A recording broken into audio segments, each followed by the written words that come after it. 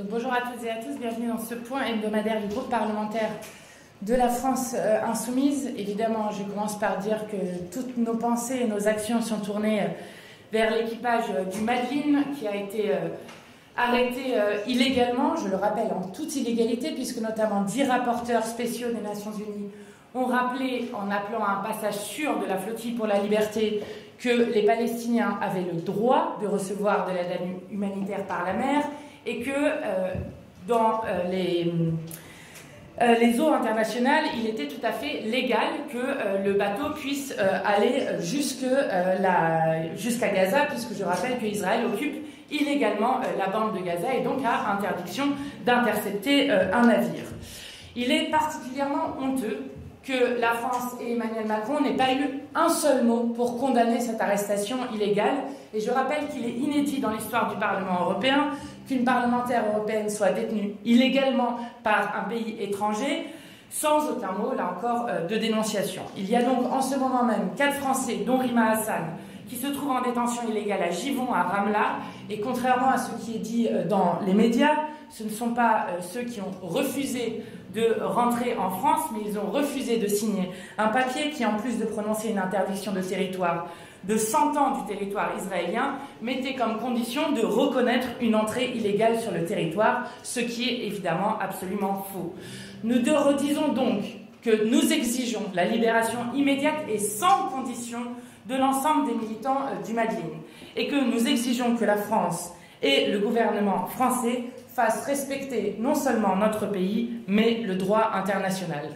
Je rappelle aussi, pour ceux qui aiment jouer au répondeur automatique, notamment en répétant sans cesse ces mots extrêmement méprisants de la croisière s'amuse que nous avons entendu sur plusieurs médias, mais aussi de la fin du spectacle alors qu'ils étaient arrêtés illégalement, que cette opération comporte un réel danger. Je rappelle que le 2 mai dernier, Israël a attaqué, là aussi illégalement, un autre bateau de la flottille de la liberté, et que si personne n'a été blessé et si le bateau n'a pas coulé, c'est qu'il était plus grand, et que sur un voilier tel que le bateau sur lequel étaient les 12 militants, dont Rima Hassan et Greta Thunberg, s'il y avait eu là aussi une attaque de drone, comme ça s'est passé le 2 mai dernier, alors le bateau coulait immédiatement. Et je rappelle aussi, puisque certains semblent l'oublier, qu'en 2010, une opération similaire avait là aussi donné lieu à des tirs, avec 9 militants qui avaient été tués, avec notamment des balles dans la nuque, et qu'il y avait eu à ce moment-là plusieurs blessés. Donc je veux d'abord dire que nous saluons leur courage immense, et que les militants du Madeline, et notamment Rima Hassan, eurodéputée insoumise, ont fait plus en quelques jours que ce que Macron et les gouvernements européens ont fait en 20 mois de génocide. Je rappelle aussi que l'objectif de la flottille et du bateau et de briser le blocus illégal de Gaza avec un génocide qui continue maintenant depuis 20 mois et une famine qui est utilisée comme arme de guerre avec un blocus total et des images absolument insoutenables. Et encore ce lundi, 13 personnes qui ont été tuées dans des distributions alimentaires qui deviennent des pièges mortels. Ça ne devrait pas être des militants qui devraient avoir à briser ce blocus, mais comme l'a rappelé la rapporteure spéciale au territoire palestinien, des marines nationales qui devraient le faire. Et je veux saluer là aussi les peuples qui, eux, sont à la hauteur de l'histoire, notamment en se mobilisant partout dans le monde et particulièrement en France hier avec 150 000 personnes qui, dans 200 mobilisations, se sont mobilisées pour appeler à la libération immédiate de l'équipage de Madeline, mais aussi pour appeler à la reconnaissance de l'État de Palestine alors que Emmanuel Macron est en train de tergiverser sur cette question, pour appeler à un embargo immédiat sur les armes et évidemment à la levée du blocus. Nous serons mobilisés aussi samedi avec une date importante de mobilisation et nous resterons mobilisés tant que l'ensemble de l'équipage ne sera pas libéré. Je veux aussi saluer et féliciter les dockers de Fosse Marseille qui ont réussi la semaine dernière à empêcher que des pièces pour des fusils mitrailleurs soient embarquées jusqu'à Israël et donc le gouvernement génocidaire de Netanyahou, et donc qui par leur mobilisation ont eux aussi fait honneur à l'humanité. Et je veux saluer aussi le fait que enfin le signal est envoyé en France que le temps de l'impunité est terminé,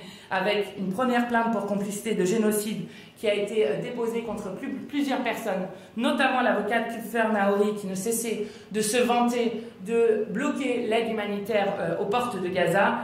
mais aussi une plainte contre Israël pour génocide qui a été déposée par une grand-mère que je veux là aussi saluer, Jacqueline, qui a déposé une plainte pour génocide suite au fait que Jana, 9 ans, et Abderrahim, 6 ans, ont été tués par l'armée génocidaire, qui sont donc des enfants franco-palestiniens, dont je rappelle juste que nous avions demandé au moment où il y avait eu un hommage pour les franco-israéliens, qu'il y ait aussi un hommage aux franco-palestiniens et que nous n'avons jamais eu de réponse sur cette question, comme nous n'avons jamais eu une seule minute de silence dans cette assemblée pour les franco-palestiniens ou pour les palestiniens, alors que nous l'avons de maintes fois demandé.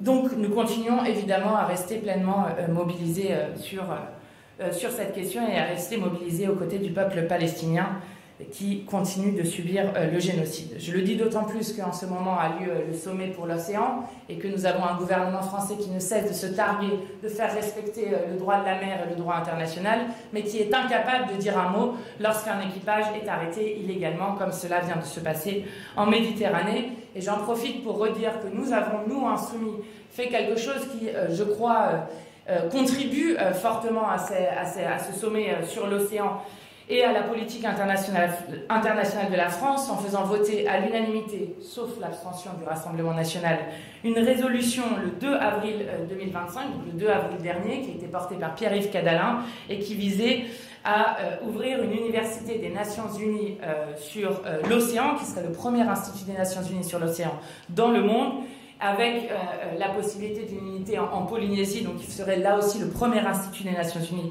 dans le Pacifique Sud et qui serait un signal fort de défense des sciences et du multilatéralisme à l'heure où elles font l'objet de nombreuses attaques. Je veux aussi signaler quelque chose qui s'est passé la semaine dernière, qui est passé un peu inaperçu et qui est pourtant extrêmement important. C'est un coup d'arrêt très fort à l'autoritarisme de ce gouvernement à Bure, puisque à Bure, après 8 ans de harcèlement policier et judiciaire contre les militants qui luttent contre l'enfouissement des déchets nucléaires pour 100 000 ans, donc la poubelle nucléaire de Bure, après 16 années d'écoute cumulée, 85 000 conversations interceptées, des mobilisations de moyens antiterroristes, notamment des mises sur écoute, mais aussi des balises sur des véhicules, une association de malfaiteurs, eh bien, la justice a rendu son verdict final. 0 charge retenue, 0 coupable, relax général pour l'ensemble des prévenus sur l'ensemble des accusations qui pesaient encore sur elles et eux. Bure a été le laboratoire de la criminalisation de la lutte écologiste. Eh bien, je le dis, les malfaiteurs ne sont pas du côté de ceux qui luttent pour l'intérêt général. Et désormais, il revient au gouvernement non seulement d'en finir avec un projet archaïque d'un autre siècle, qui est celui de la poubelle nucléaire, mais il revient aussi à ce gouvernement d'arrêter la répression qui est faite contre les militants écologistes. Je rappelle que Michel Forst, qui est le rapporteur spécial sur l'environnement de l'ONU, disait que la France était devenue le pire pays d'Europe sur la répression des militants écologistes, en pensant évidemment à Sainte-Soline, à la répression contre les militants contre la 69, ou encore la tentative de dissolution des soulèvements de la Terre. Et nous serons, nous, présents le 20 septembre pour fêter la fin de cette mascarade et continuer la lutte pour une large manifestation d'opposition au projet CIGEO à Bure. Je termine par dire que je serai, moi, cette semaine en Martinique avec notamment Jean-Philippe Nilor, député martiniquais insoumis, pour des assises populaires contre la vie chère, qui auront lieu donc du 12 au 14 juin. J'y serai évidemment aux côtés d'autres élus, mais aussi du RPRAC, vous savez, avec cette mobilisation de plusieurs mois contre la vie chère, mais aussi de syndicats, d'universitaires et d'associations de consommateurs. Vie chère qui, aujourd'hui, pourrit au quotidien la vie des habitants des territoires dits ultramarins, avec en moyenne des prix 40% plus chers, quand ce n'est pas 80 ou 120% selon les produits. Nous aurons donc des discussions intéressantes pour prendre des initiatives contre ce que il a été souvent expliqué comme étant la profitation. Et donc, ça sera la fin de cette semaine, en plus évidemment de participer aux différentes mobilisations pour le peuple palestinien et pour la libération immédiate et sans condition de l'équipage de la Madeleine. Je vais laisser la parole à François Pigmal sur la rénovation énergétique. Bonjour à toutes et tous. Est-ce que vous savez combien de degrés il fera demain ? Parce que je vois qu'il y en a qui sont déjà en t-shirt. 38 degrés le 11 juin. Bon, et ça se cumule dans le temps, c'est des températures qui sont anormal par rapport à ce qu'on a vécu il y a plusieurs années. Et 38 degrés, pour les supporter, ça dépend du logement qu'on a. Et justement, vous savez qu'il y a la suspension de ma prime rénov'. Et on va interroger le gouvernement dessus incessamment sous peu, parce que cette suspension interroge alors que un Français sur 7 habite sur un territoire qui va être exposé à plus de 20 journées anormalement chaudes d'ici 2050 et que 93% du parc bâti sera lui exposé à un risque fort ou très fort lié aux vagues de chaleur si on est dans la perspective d'un réchauffement de 4 degrés. Les raisons pour lesquelles le gouvernement annonce la suspension de la prime rénov' sont de deux ordres. Un afflux de demandes, ce qui est plutôt une bonne nouvelle pour un dispositif qui au début était assez imparfait, mais qui a vu tripler la demande, notamment en 2025. Et deux, le fait qu'il y aurait une augmentation des fraudes. Alors, nous, on est conscients de ces deux choses. Simplement, ce qu'on dit, c'est qu'au lieu de suspendre un dispositif qui visiblement est de plus en plus convaincant, pourquoi ne pas donner des moyens humains et matériels justement à ce dispositif pour à la fois répondre à la demande d'une part et deuxièmement lutter contre les fraudes. Il se trouve qu'on s'interroge également si ce n'est pas la volonté de coupe budgétaire et d'économie qui se fait là sur le dos de la question de la transition écologique, mais aussi des populations qui sont les plus fragiles par rapport aux vagues de chaleur. Je pense à nos anciennes, à nos anciens, mais aussi les plus jeunes, nos enfants et les personnes qui ont des problèmes de santé et les sans-abri. Pour toutes ces raisons, c'est perdant pour la santé des personnes, perdant pour la transition écologique et perdant également pour le secteur du bâtiment qui a intégré le dispositif et qui va avoir nombre de ces chantiers mis en péril par cette annonce de suspension qui, je le rappelle, est indéterminée à ce stade. On ne sait pas jusqu'à quand elle aura lieu. Donc voilà, on tenait à alerter, à demander à ce que le gouvernement revienne sur cette suspension et remette en place le dispositif qui, certes, mérite encore d'être amélioré, mais en tout cas, certainement pas d'être suspendu. Je vous remercie. Merci beaucoup. Vous avez en plus de la chance ce matin d'avoir une matinée très haut-garonnaise, donc je vous invite à en profiter. C'est le plus beau département de France, et donc évidemment avec François, on tenait à être présent. Alors, il y a 4 jours a été remis le dernier rapport du COR, le Conseil d'orientation des retraites. J'imagine que vous avez vu passer, il y a eu pas mal de vagues de commentariats. Bon, ce rapport est à peu près le même qu'il y a un an, mais en moins bien, puisqu'il est signé notamment par Gilles Berset. Et l'intérêt n'est pas dans le texte, parce que le texte lui-même, finalement, confirme un ensemble de connaissances déjà largement établies, que la réforme des retraites n'a rien changé au déficit prévu à l'horizon 2030, 6,6 milliards, ce qui représente un point de cotisation patronale, pas grand-chose. Vous n'apprendrez rien non plus des hypothèses de plus en plus absurdes qui sont mobilisées sur le sol migratoire, par exemple, ou sur le pouvoir d'achat. Non, ce qui est intéressant, c'est la nouvelle fonction qu'occupe le corps dans l'appareil d'État et dans la lutte idéologique. Puisque cet organisme, on le rappellera, a été purgé en novembre 2023, parce que le président précédent avait eu le malheur de dire la vérité. Donc ça se paye content, il a été débarqué.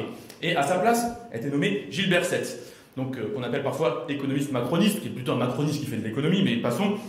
Vous connaissez un peu le CV, j'imagine, hein, réactionnaire patenté, adversaire du SMIC, inspirateur de la loi travail El Khomri, grand défenseur devant l'éternel de la réforme des retraites, récipiendaire du prix du livre d'économie en 2014 remis des mains d'Emmanuel Macron, comme quoi les grands esprits se rencontrent. Bon, c'est cet homme-là qui désormais a la charge de produire l'information publique sur les régimes de retraite, sur les comptes des régimes de retraite et sur l'avenir en fait de ce volet de la protection sociale. Ça implique plusieurs conséquences. La première, c'est que les rapports surgissent à des moments quand même adroitement choisis. Par exemple, au moment où l'Assemblée nationale vote une résolution pour abroger la réforme des retraites, bam, sort un rapport à quelques heures d'intervalle pour évidemment jouer le rôle de contre-feu. Donc le corps est devenu un outil politique. Deuxièmement, il n'y a plus de scénario alternatif. Le début du rapport nous explique qu'en fait, ça serait terrible d'augmenter les cotisations. Vous imaginez 1%, c'est terrible. Tout le monde serait pris à la gorge, on ne s'en sortirait pas, c'est l'hiver nucléaire qui est à 2 pas. Donc les scénarios alternatifs ne sont pas examinés, parce qu'ils déplaisent à Monsieur 7, donc ils n'apparaissent pas dans le texte. Et puis, ce rapport cache une partie des prémices. Il y a une hypothèse de base qui n'est jamais vraiment explicitée. C'est que les dépenses des régimes de retraite, elles sont stables dans la décennie qui vient. C'est 13,9% du PIB. Les dépenses sont stables. Mais l'hypothèse que fait le rapport, c'est qu'on va baisser les recettes. C'est-à-dire qu'à dépenses identiques, on mettra moins d'argent dans la caisse. Puisqu'ils envisagent que d'ici 2070, on baisse à 12,7% du PIB les recettes. Donc 13,9 en dépenses, 12,7 en recettes. Eh bien, figurez-vous que du coup, ça crée un déficit incroyable. Donc, on a vraiment un rapport fait visiblement pour intoxiquer le débat public, qui ne dit pas ce qu'il fait et qui ne fait pas ce qu'il dit, et qui nous permet juste de réaffirmer ici que non, il n'est pas vrai que les régimes de retraite soient menacés. La seule chose qui les menace, ce sont les hypothèses comptables absolument détestables de M. Sett et ses amis, et que s'il faut vraiment trouver cet argent-là, eh bien on a le choix. Un point de cotisation patronale, c'est plus de 6 milliards dans la caisse. Alignement des assiettes, des cotisations par exemple à l'épargne salariale, au stock option ou aux primes d'intéressement, c'est la même somme qui est rajoutée dans la caisse. Il y a des fonds dans ce pays qui ne sont pas mis à contribution des régimes de retraite, et la purge qu'a connu malheureusement le corps nous conduit à en faire un organisme aujourd'hui de propagande macroniste qui ne remplit pas la tâche d'intérêt général pour lequel il a été créé. Merci. Question.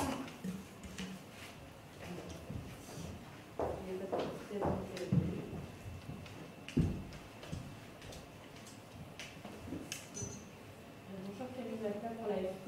Vous parlez de quatre Français dont Rima Hassan qui sont détenus à Ramallah. Quels sont les trois autres et comment vous avez eu ces informations par leur conseil? Oui, par leur conseil. Et pour l'instant, donc, sur ceux qui ont donc signé le papier, notamment votre collègue journaliste a lui accepté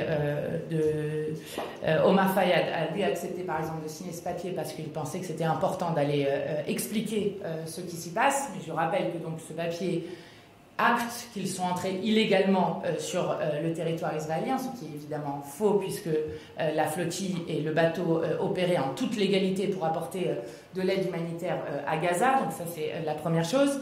Et donc les autres sont détenus à Givon, des informations des conseils que nous avons, et doivent attendre de passer devant un juge, ce qui pourrait prendre jusqu'à 96 heures, d'où l'importance de maintenir plus que jamais la pression populaire, puisque nous avons un gouvernement qui est incapable de prononcer même le mot de condamnation, qui est incapable de ne faire aucun geste diplomatique, si ce n'est d'appeler à ce qu'il puisse rentrer à un moment, ce qui, je crois, est extrêmement faible comme réaction, alors qu'il y a 6 Français qui se trouvaient dans ce bateau. Je rappelle que c'était la nationalité qui était la plus représentée sur ce bateau humanitaire. Pardon, je suis désolée, vous parlez de 4 Français qui sont détenus, un qui aurait décidé de signer le papier. Je n'en sais pas plus sur les noms, donc j'en resterai là. D'autres questions? Voilà. C'est fini. Merci beaucoup. Merci. Merci.